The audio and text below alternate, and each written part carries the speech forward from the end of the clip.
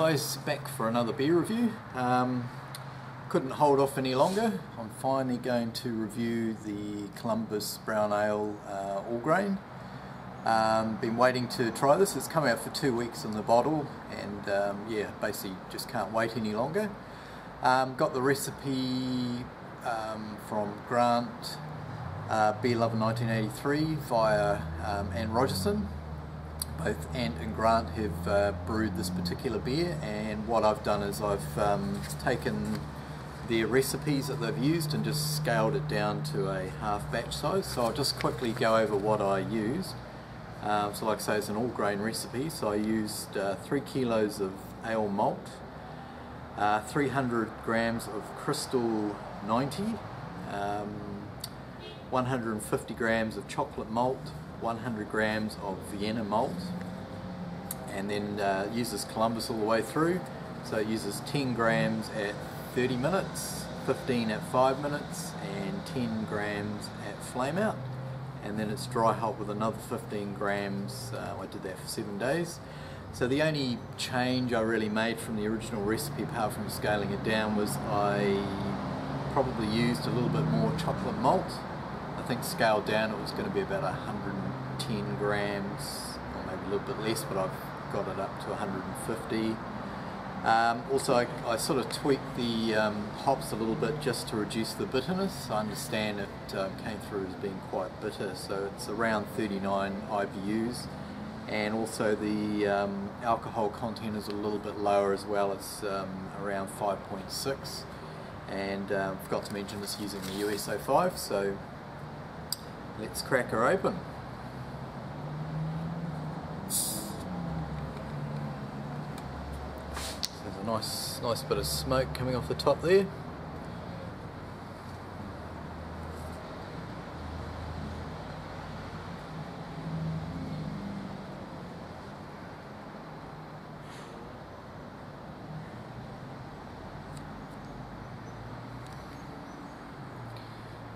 Okay, so I poured that fairly aggressively, but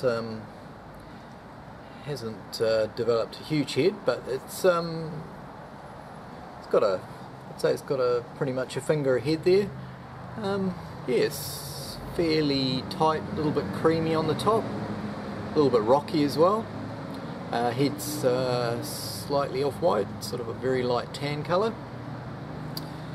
Beer itself is, it's a brown ale, but it's a very dark brown, but I am picking up some sort of I wouldn't say reddy hues, but browny hues around the bottom of the glass there.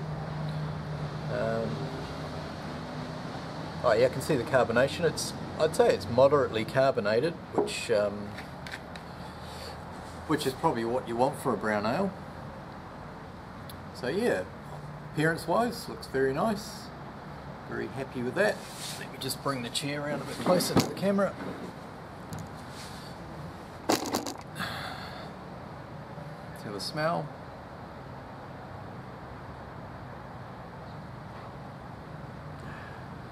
Okay, first I'm picking up those Columbus hops.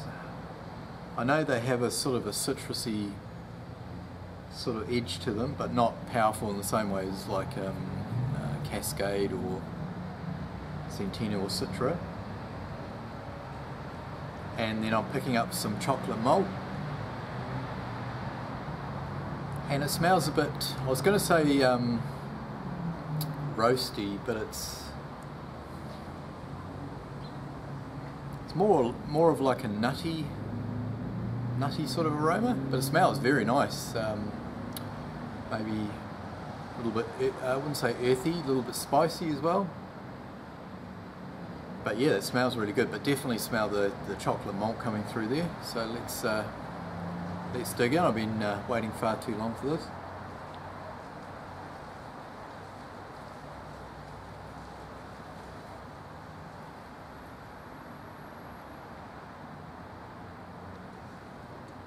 Ooh, that's nice.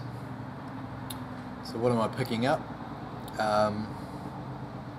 So I'm picking up the chocolate malt. It's coming through really nice sort of chocolatey hit, but not overpowering. Then I'm picking up a little bit of caramel maybe from the crystal malt, maybe a touch of sweetness in there. It's got, yeah, 300 grams of crystal in there.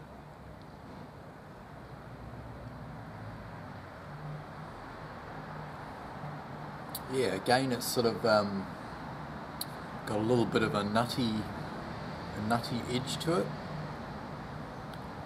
Bitterness is good. It's sort of, I'd say it's moderately bittered. The body's good. It's I'd say it's not a light body. It's as you can see, it's not like a stout or anything, but I'd say it's got medium body and mouthfeel as well. Very smooth.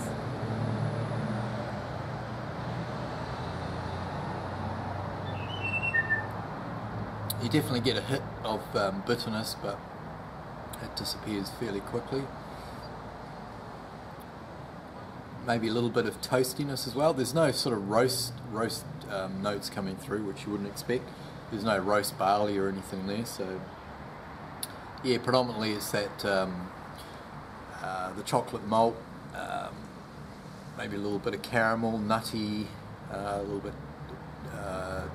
sort of toasty sort of flavour coming through, and then the hops.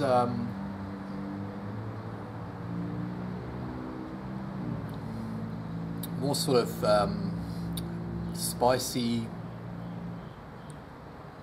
Yeah, it's definitely a spiciness there. I keep thinking it's the bitterness, but I actually think there's some spiciness there too from the hops, and I do believe that spiciness is one of the qualities that you get from the Columbus. So, but it's very nice.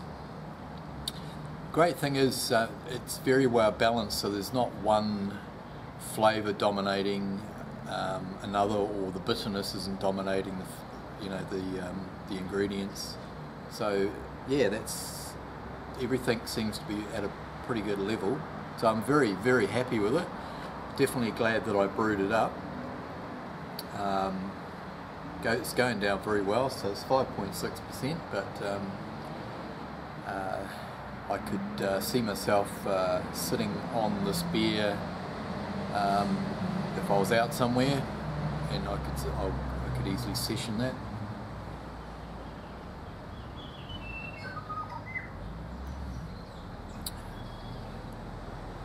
It's definitely a more malt forward beer than a hop forward beer, but the hops do play nicely with the malts as far as that sort of spiciness and maybe a little bit of herbal sort of flavour coming through, and there is a touch of citrus, but it's pretty subtle.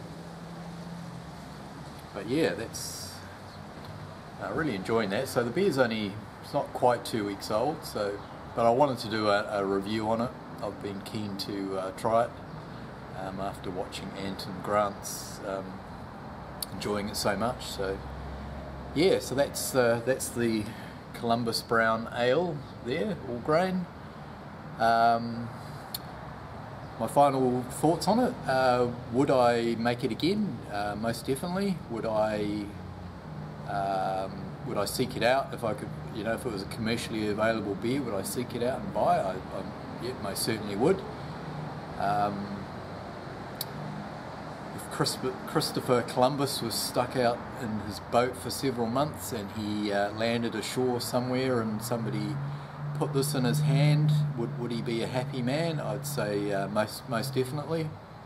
I encourage anyone else that's looking for to do a brown ale.